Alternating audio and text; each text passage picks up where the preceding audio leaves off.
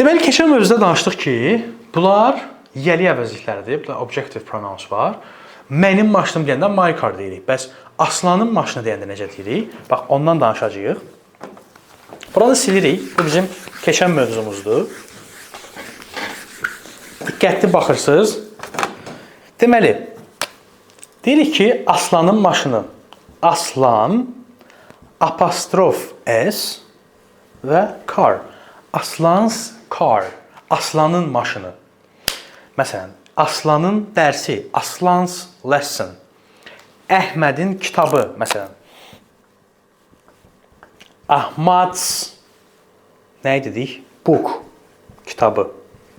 Okay, apostrof S.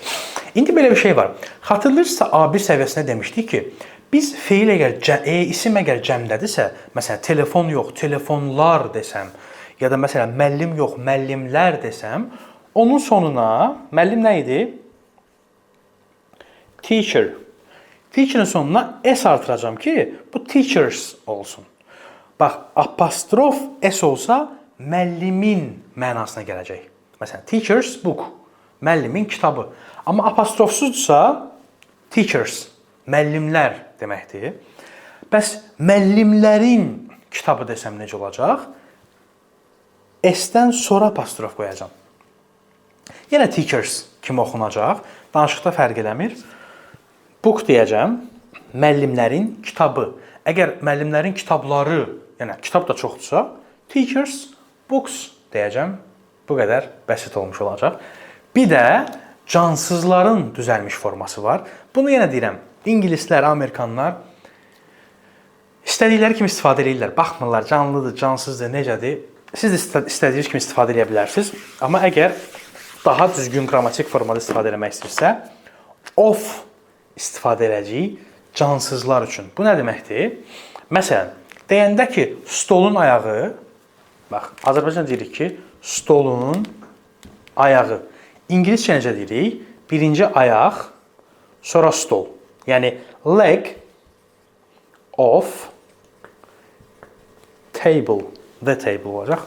Artikellara hələ ki girməm. Leg of table o deməkdir ki, stolun ayağı. Məsələn, maşının rəngi. Necə deyərsiniz?